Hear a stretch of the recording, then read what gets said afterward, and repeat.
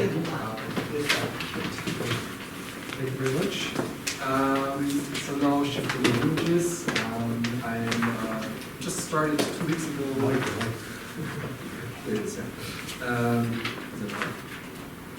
Yeah, I don't know if it's working or not. Okay. So I pretty much started 2 weeks ago.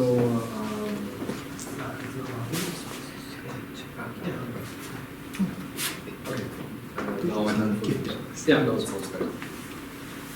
So as I was saying, I arrived 2 weeks ago in Tokyo to start a fellowship at the University of Chiba.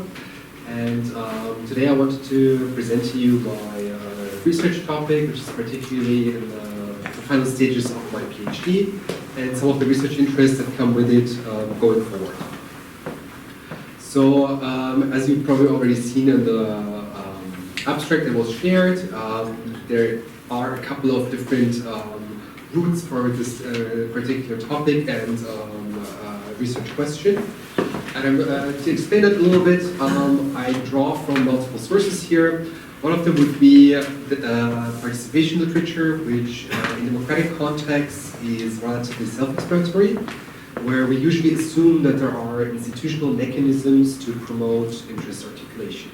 So what I mean by interest articulation is when you're in a political system, you have a political interest that is considered legitimate within that system. In some way or another, you manage to take it from the individual level into the center of power, whatever that center may be. Usually we're talking about a government or a legislative process, but that varies across systems. Now, in democratic systems, we assume that there is already an existing mechanism there to do that, by definition, because that's what defines a democracy. For example, electorally, but also through other means. You have local councils, you have a multitude of tools like parties and interest groups to promote interest articulation. These work bottom up in general.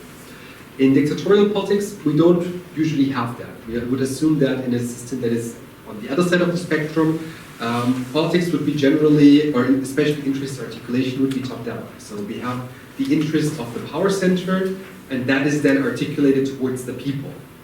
And this is like the only way we would assume it in a ideal type dictatorial system. However, and this is sort of my argument that I'm working on here, most systems that we're looking at combine elements of these two, so it's a little bit in between. We have a large number of autocracies, which is related to these explosion of terminologies in autocracy research. So there's, to just name a couple, hybrid regimes, limited autocracies, electoral autocracies, and so on and so forth. And this term, this expansion in terminology reflects an understanding in comparative political science that you have more and more cases which fall within that middle ground area. Where even in countries that we usually consider rather democratic, you still have some non-democratic elements in there. So what I'm looking at here are those systems that have a mix of institutional mechanisms. So they have some mechanisms allowing interest articulation, but they also have top-down coercion, which then prevents certain types of engagement.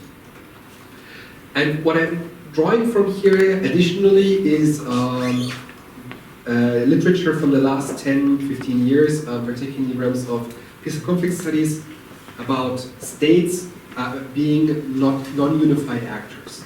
And this is a particularly sociological argument that even when you have mechanisms, they don't work necessarily as they were designed, because these mechanisms are not working within a singular entity, but rather in a field of power relations where some institutions may try to promote interest articulations, others may work against it, and there may be competitive elements towards these interactions as well. So adding to that, I would say that regardless of the system that we're talking about, we always have some degree of legitimate concerns that we can talk about. And once we decide that we have some legitimate concerns in any given system, we can ask how ordinary citizens can get these interests and concerns articulated within these authoritarian contexts. The other body of literature that I'm drawing from very much is in the realms of political anthropology, and particularly their conceptualization of politics. So politics not as something that happens merely institutional. So you can't define politics by who does it. You can define politics by the context. So there's an argument here towards looking into politizations of micro-level practices, of politizations of everyday interactions, and so on.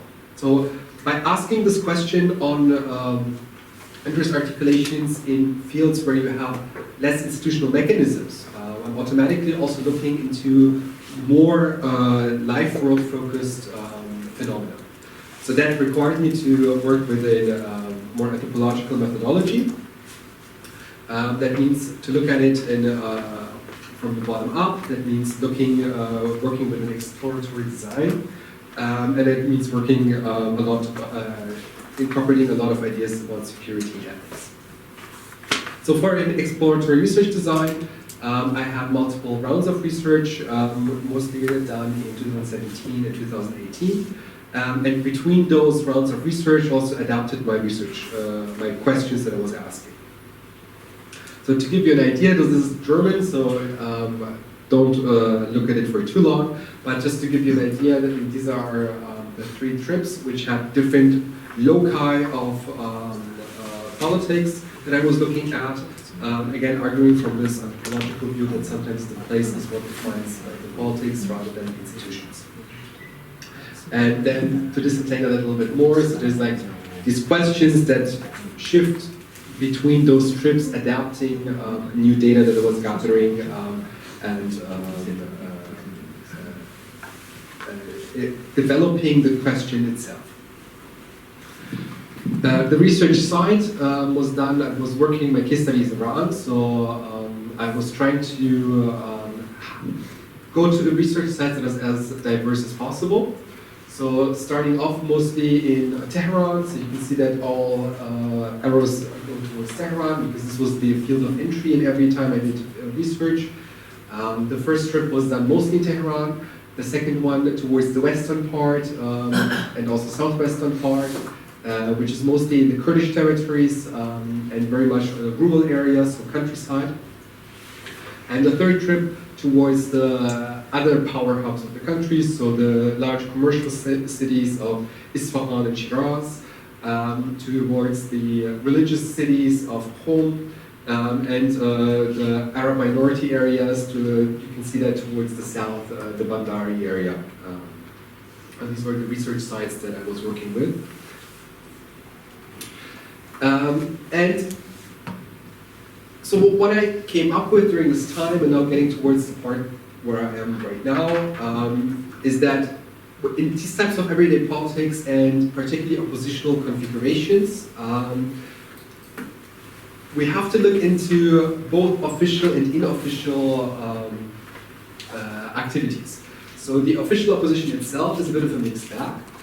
We can't just discard it because it does some quite important things in terms of interest articulations. They do have ties towards ordinary people, they do engage for them, they do engage with them. So they allow for a degree of political opening. There's an argument, for example, during election times that discussions of politics are much easier and better done than in times of non-elections. So just their mere existence does open it up a little bit. At the same time, it's a very limited role. The official opposition cannot just do however they please. They're still constrained by a very authoritarian constitution. They're constrained by the role of the Ayatollah, who prevents them from engaging too much. So what's quite critical here is the second part of this. So the official opposition has its ties to non-oppositional groups. So while, for example, the regime will focus on preventing alliances, because they're mostly scared between linkages between the official and unofficial oppositions. The official opposition tries to do exactly that. So under Khatami, for example, there was an idea to promote civil society, to promote links to civil society, to then have a street base towards their parliamentary politics. Now this failed. This failed quite drastically, and ever since 2009, we have seen a shift towards away from the official oppositional politics and more towards non-formal politics. So I'm going to get to the model of that in a second. But what I wanted to point out at this point here is that you see a shift in these types of configurations and negotiations depending on what stage of the Islamic Republic you look at. And specific key moments resulted in these changes. And 2009 would be, in particular, a key moment to promote a shift in this, as many non-official political groups lost their faith in the system, but also lost their links and alliances that allowed them to exert some influence within the system. So let's get to the strategies that I encountered when I was talking to people that they could use to articulate their own interests. And the first one it's a bit counterintuitive. The first one is not actually a strategy of people to articulate their interests, it's directed and state-led. And what I mean by this is an argument from research actually on China on responsive authoritarianism, where the argument is that any kind of authoritarian regime still relies on some interest articulation, because otherwise it doesn't know what needs exist in society. So what do they do? Well, they allow a degree of articulation. Sometimes they go ahead and do polling. This is very, very popular. If you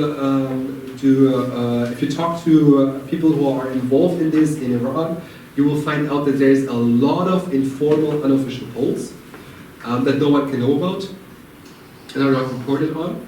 Oftentimes done by parliamentary groups, by politicians.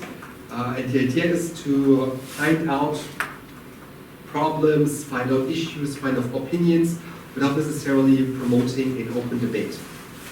You have limited electoral competitiveness as something that works here. So when you have a system that is an electoral autocracy, that's a little bit more self-explanatory, so you can have an inter-elite competition. But also, even in a system that doesn't really have elections, you can have sometimes local elections. So in many cases, you will find that while there are no real elections on the state level, you have in local constituencies, the village elder for the mayor, you have some degree of openness. Because there it's very often more about pragmatic issues than about sort of politicized issues, where regimes may have an interest in actually promoting articulation. Another way yet, state-led NGOs. So Iran is quite famous for some of these, the Basijis, for instance, and many groups that are related to the IRGC, the Revolutionary Guards, where you have these organizations which are not actually independent and not in any way grassroots organizations, but they're built sort of as a container for people to fall into, to maybe have a connection to society. This in itself is not really sufficient. Sorry. So what we also have is a mix of cooperative and cooptative mechanisms. What I mean by this is you have certain situations where where the population may want to pursue a specific interest, and the regime actually may want to work with them because they're doing something that the regime cannot do. They're working on something that the regime does not have the capacity to, does not want to invest resources in, where the regime actually has maybe a benefit from people engaging. So this is something that NGOs oftentimes do.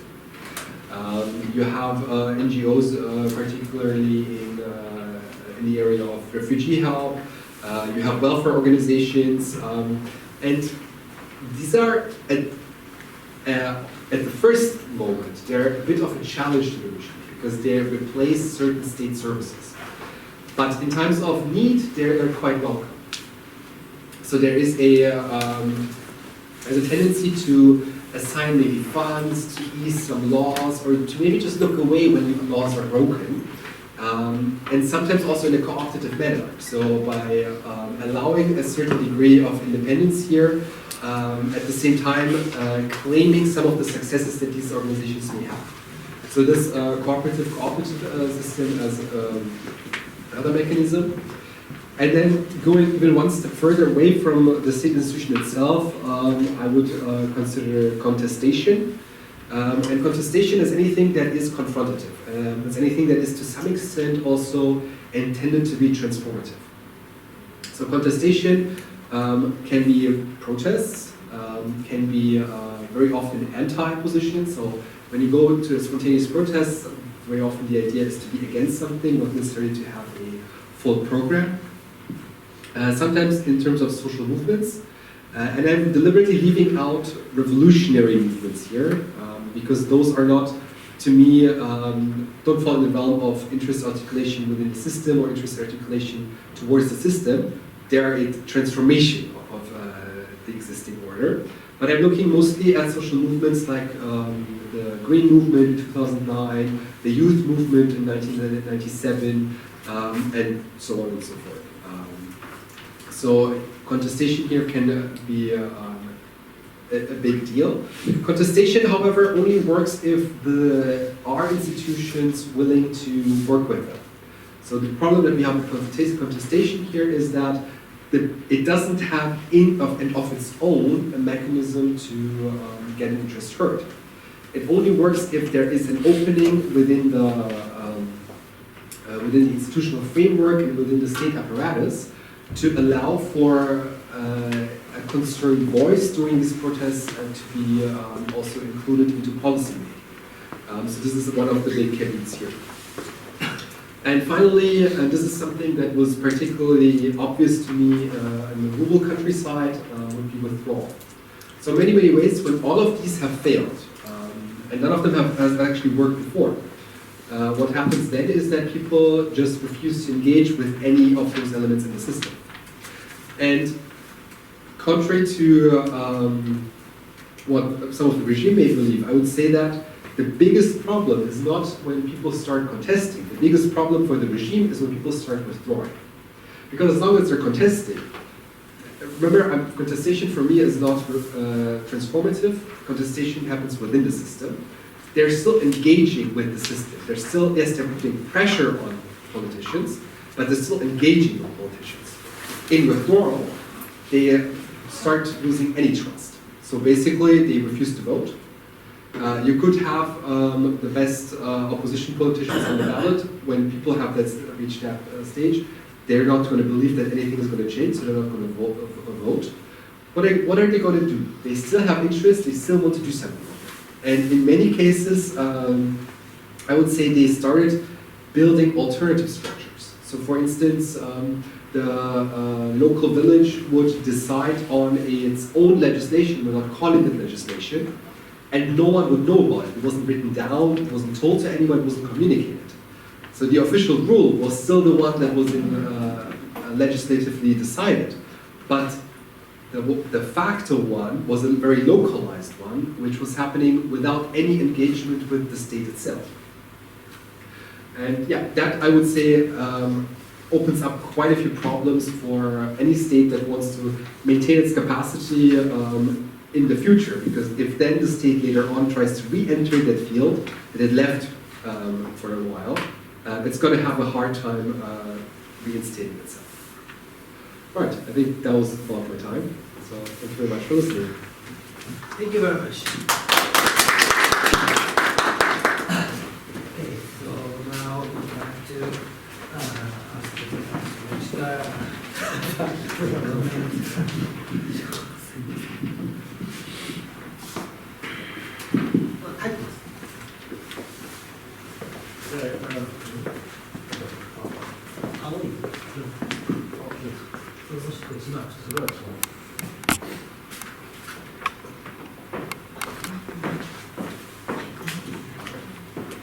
Thank you for your wonderful presentation based on your very informative, insightful PhD research. Is that PhD research? Okay. By the way, I'm Tareq Sydiq from Richmond University, studying Middle East politics. First of all, I'm going to make some comments, then I'll move on to the questions, a couple of questions. Your research concern is quite clear and understandable to me. I'm happy with your approach, that you try to focus on not the high-profile politics, but politics from the below, if you may say, which is ordinary people's everyday struggle or everyday practice of politics, so-called politics, or access to power and authority under the non-democratic rules. Most of the studies on Iranian politics is characterized by the state-centric approach. Researchers try to analyze what the Islamic Republic tries to do or what they say. So in that sense, your research is kind of fresh and new to me. Your research reminds me of the concept of life as politics suggested by Iranian scholar Asif Bayat. So if you have any ideas of that, please mention about that, please. In this respect, we may be, this is my impression, we may be able to find a hint of your research's possible contribution to development of our relational studies. So if you have any ideas, please talk about it later. Okay, I've got a few questions. First, regarding to the idea of causal inference, cause and effect. For example, the Iranian government introduced a new policies which meets the people's claim to some extent. Was it really the ordinary people, was it the result of the ordinary people's action or not? We could observe the people's strategies of interest articulation as you explained, but how would you measure or evaluate impact or effect of them on the policy making of political reform or whatever? This is first question. And the second question, actually you didn't mention the alternative institution which you wrote in your abstract. Could you explain a little bit more about that? Is it institution or is it really institutionalized or not? Maybe we can say people's habit, custom, unwritten laws, or whatever. So why do you use the term institution? Okay, so far I've got 2 questions. Yeah, that's all from me. Thank you very much. Thank you very much. I think they are very nice comments. Do you have any question or comment? Okay, so Cho Sensei and Takai Sensei. Do you want? Yeah, please.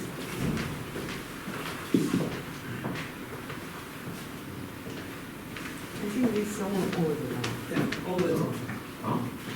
Yeah. It's on? Yeah. Okay, thank you. Thank you very much, Jiang from Ning'an University. I appreciate your presentation. I think the last slide impressed me most.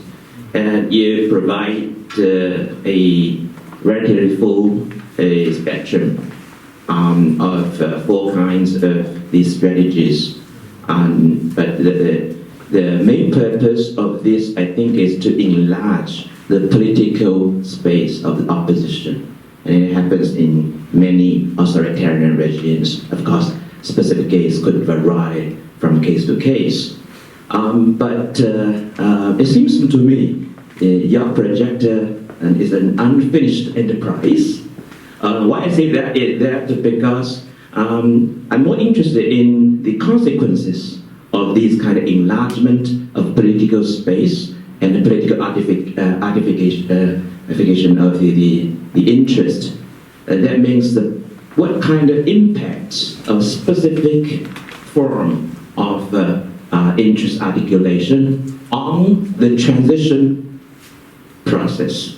For example, in the Iranian case, specific case, what kind of specific impacts do you expect, or in your analysis, you have any research on the impacts on the transition to the more open system? I do not say definitely for democratization, but more open system. What kind of interest there? Why we're interested in that? I'm working on theoretical and empirical nexus, more interest in the perception and misperception, and empirically I'm working one project now on the Myanmar's transition, the democratic transition. Before I came here, I just fly back from Naypyidaw, the capital city of Myanmar. I had the privilege to interview the former president U Tin Singh. Actually, the military junta in Myanmar at that time, they were not very foolish. They also very clever. They had a huge internal think tank, and they analyzed whole opposition. The opposition, they're different. They're very diversified. They analyze each group, how they do it. So in your case, I'm interested in, you have 4 cases of that. Do you have a specific case to prove what kind of impact on the position, on the process of it, transition, and on the decision makers' mindset change? If that will be very appreciated. Thank you very much.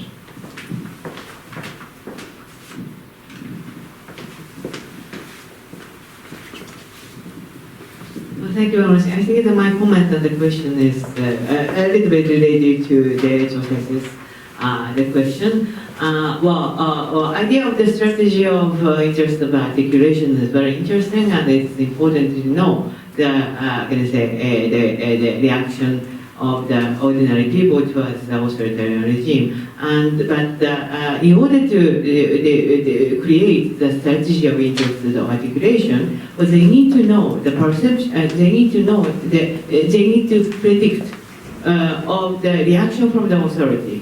And actually, in that case, I think that you need to introduce the idea of the perception of both. I'm sure that the people have to think what will happen if they do such kind of the social movement or cooperative or the state action or something like that. And also the authority also think that how with the reaction from the people in certain policies. So I think this is very difficult to judge what is the impact, but and the perception from both. But maybe you can check the perception from both through making the interviews and also using the behavior of the Mahabharata. I mean the secret police, because when I did kind of the field work in Iraq, I noticed that the Mahabharata is controlling the society at the same time checking the society, and they collect the information from the society, and to what extent the people, ordinary people, are taking action towards the authority. I think the security force or forces or some kind of such kind of intelligence organization can be the good target for doing research. I am sure that it's very difficult, but if you can do that, it will be very interesting. Thank you. Okay, so you have much time, so before I. Okay. Yeah. All right. So thanks for the questions. And just to sort a little bit, so life is politics, exactly. This is sort of where I got the what I mentioned, that I'm using an anthropological understanding of politics. I'm using not only Asif Bayat, but a lot of other people who worked with the same idea during that time. I'm not using his theory step by step, so that's why I don't refer to him as the only author, but I will more use his paradigm. So that's sort of the idea behind it. Okay, how do I measure impact was asked quite a few times. So for me, if I were to measure impact, I would have to talk more with the regime. My research was more talking with the people. So just like my data just doesn't allow me to really talk about impact. My data is very much limited towards saying what are strategies and perceptions of people. And I'm actually talking about perceptions as well in my dissertation, so that's a good point. I'm actually doing that. But this is all very much infused by the life world realities of the people that I talk to. So this is a data limitation. Then why I use institutions? The idea is for me to sort of use a sociological understanding of political science. So when I talk about institutions, I'm not using it in the strictly political science way, but in the political sociology way. So I'm talking about social institutions with political ramifications, and not about political institutions with social ramifications. And I think that clarifies the confusion here. And finally, so I'm not, so in terms of opening the space here, so I'm a little bit careful with the transformation literature myself. So because I'm not strictly working on a transition paradigm, and like even here, if I were to now, like I didn't use transformation literature at any point before this, but even if I now, in the discussion part, wanted to reintroduce it, I would say this is what happens in these two steps. So in the cooperative, cooptative, and in the contestation part is where transformation could actually take place. But what I am mostly interested in is the withdrawal part. And this is the part where I would say transformation becomes really hard to do. Because when you don't have any commitment to a state project, you don't also have a commitment to any new state. So this is really when what is it that you want to transform? When you can't even agree on that, it makes it really hard to create any type of policies. And I would say this is very often the case after an authoritarian backlash, and it gets intensified by authoritarian backlashes, and it does present us with a puzzle that we haven't really solved yet. It is one of the reasons that many attempts at democratization have actually failed. Because at some point, when the regime just was too authoritarian too many times, and this stage entered, it was not really possible to then enter into a common political project. I think that's answered most of the questions. I'm sorry, I thought it was going to, time is running over, but you have still 5 minutes. So if you want to reply more. Okay, I can just see if I've missed anything. Well, I think that was all the questions, right? Did anyone feel not answered?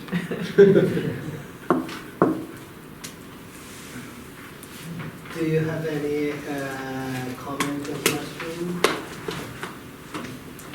Okay, yeah. Yes. Maybe just from my personal curiosity, my knowledge on Iran is very limited. I have great interest in that country, it's a great civilization, and in the case I'm talking about in my project, Myanmar's transition to the democratization happens in 2000s. Before it happened, actually it happened in 2011, 2010. Very suddenly, before that, all the mainstream writers, scholars, they never predicted that. They all failed to predict that junta would never change. So it proves to be a very disaster for all the scholarship as well. So my curiosity is on Iran. Does Iranian leadership, they have intention to reform or to transfer to a more open system or not? Actually, for the Burmese junta, when the first day they seized power in 1988, they proclaimed one day they would like to transfer the power to the people. They just serve to take care of government. But at that time, inside of the country and outside, and nobody believed that. But it really happened. This is a very surprising thing. So I am not sure about the Iranian case. Does the leadership have intention or ever say something about that? This is my curiosity, only my personal curiosity. Thank you very much.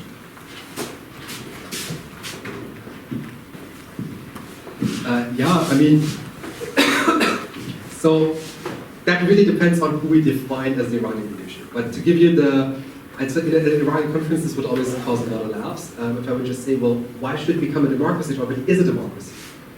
The Iranian constitution clearly states it's a democracy. The Ayatollah will always hold speeches every year claiming that this is the best kind of democracy because it's an Islamic democracy and it's the only Islamic democracy. So how can you legitimize a transformation to democracy when by definition you already consider yourself to be a democracy? I mean, we know that's not true, but it is self-perception of the elites. And this is not just lip service. This is something that it's true conviction amongst the conservative elites, is that this is the best kind of democracy there could be. So then you have, for example, the reformists who would say, well, yes, but we could be a better version of this. And that's where you open up some space for reforms. But I would say that their project has failed. I mean, their big project in the 1990s, under Khatami, was successful for a little while. And then Ahmadinejad came to power and was quickly turned back. And then you have 2009, where large parts of the reformist camp were expelled, incarcerated, and taken out of the political system. So even those that are still allowed to be there are now not part of the system. And under Rouhani, you still have some attempts of maintaining that reformist spirit, but they have lost their ties to many parts of civil society, and they have lost, in many ways, also the people who are willing to change something there. And then, again, looking at the most recent protests, where by now I think the estimates are at 305 deaths, just like last month. I would say that the regime has again shown very much that it's willing to pay quite a price to suppress too much change. And we have seen that over the last 20 years in multiple cases where whenever there was a political opening for change, rather than infighting to become stronger, actually all the factions came closer together. And those that didn't come closer together, they were expelled, and the others came even closer together. Rouhani is now loved by the Ayatollah, apparently. He gives glorious speeches about him. That wasn't the case 2 years ago. Raisi has been mostly silent about this. That wasn't the case 2 years ago. So to me, but I mean, you never know with these things. History is always unpredictable. But to me, it looks very much like right now the regime is all pulling in the same direction, and that direction is not towards change.